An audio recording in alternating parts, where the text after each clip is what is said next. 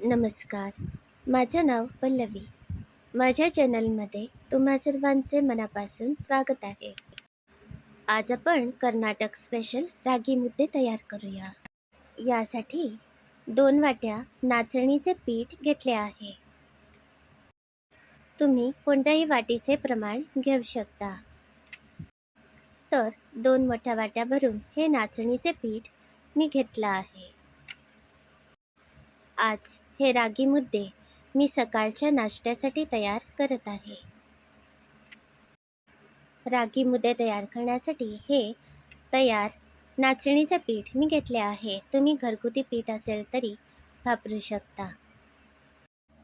आपण 2 मोठ्या वाट्या भरून नाचणीचे पीठ घेतले आहे. यामुळे 3 मोठ्या वाट्या भरून पाणी यामध्ये घातलं आहे.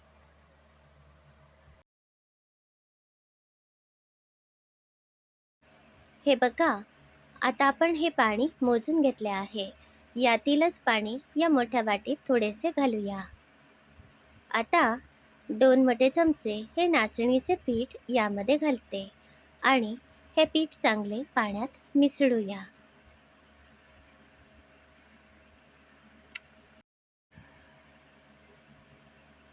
हे चांगले ढवळल्यामुळे यामध्ये गुठळ्या तयार होत नाहीत.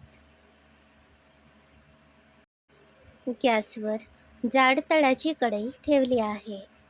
आता यामध्ये आपण हे मोजून घेतलेले पाणी घालायचे आहे. आता यामध्ये चवीप्रमाणे बारीक मीठ घालते. मिठाचे प्रमाण आवडीनुसार कमी जास्त करू शकता. आता 1 मोठा चमचा तेल घालते. आता हे पाणी आपण उकळण्यासाठी ठेवूया. गॅसवर मोठ्या आचेवरच हे पाणी मी चांगलं उकळण्यासाठी ठेवलं होतं. आता हे पाणी बऱ्यापैकी गरम झालं आहे. आता यामध्ये आपण हे पिठाचे मिश्रण घालूया आणि एकसारखे ढवळायचे आहे. असे केल्यामुळे यामध्ये गुठळ्या तयार होत नाहीत.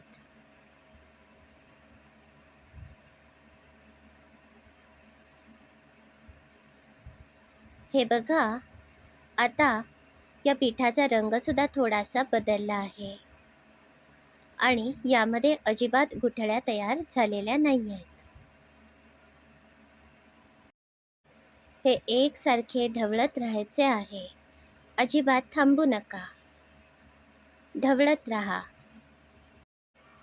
आता यामध्ये आपण मोजून घेतलेले नाचणीचे पीठ घालायचे आहे. पुन्हा एकसारखे ढवळायचे आहे. गॅसची फ्लेम अगदी बारीक करा आणि हे मिश्रण एकसारखे ढवळत राहा.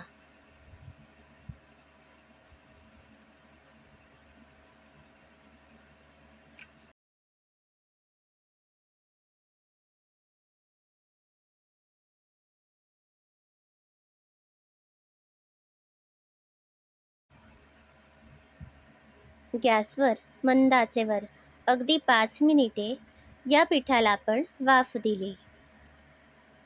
पुन्हा एकदा चांगले सरमिसळ करूया. आता मी गॅसची फ्लेम बंद केली आहे. आता आपण लाटण्याने हे पीठ चांगले एकजीव करायचे आहे.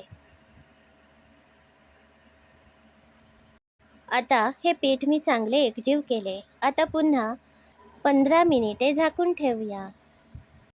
सुरुवातीला जरी पीठ पातळसर वाटत असले तरी गार झाल्यावर हे जरासे घट्टसर असे होते.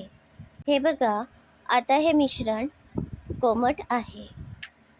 हाताने एक गोळा काढून बघायचा आहे. हाताला जर हे मिश्रण चिकटत नसेल तर रागी मुद्द्यांसाठी मिश्रण तयार आहे. या परातीला थोडेसे पाणी मी शिंपडून घेतले आहे. यामुळे रागी मुद्दे या परातीला चिकटणार नाहीत. आता हाताला सुद्धा थंड पाणी लावून घेतले आहे.